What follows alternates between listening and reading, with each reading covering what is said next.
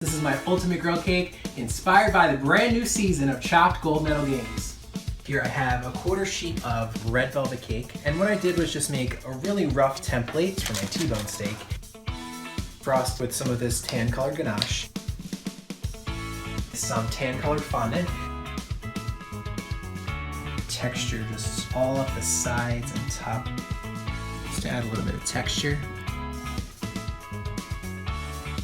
Now add some coloring detail.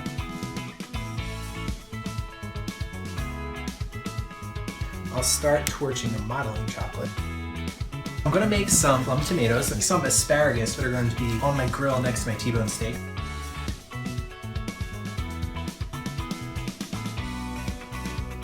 I'm going to start by stacking up my half-sheet chocolate cakes and filling them with vanilla buttercream.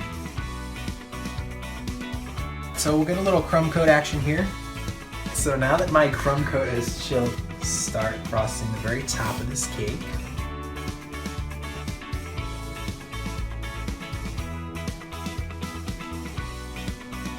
So my cake is nice and chilled here. Flip the whole thing over and get it ready for some fondant. Smooth it with my fondant smoother. And then I'll flip the whole thing over and I'm going to cut away the excess fondant. Center my board over my cake. Start by paneling the back and side of my cake. Take a little bit of my piping gel. I want to create some heat control knobs for this flat top, so I have a circle cutter. I have some black fondant rolled out to about 1/2 inch thick.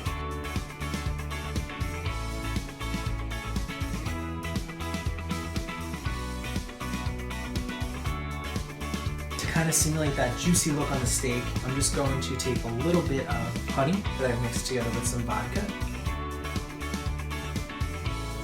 That is how I make my version of the ultimate grill cake. So to make my plate, I have some white fondant I rolled out about 1/8 of an inch thick.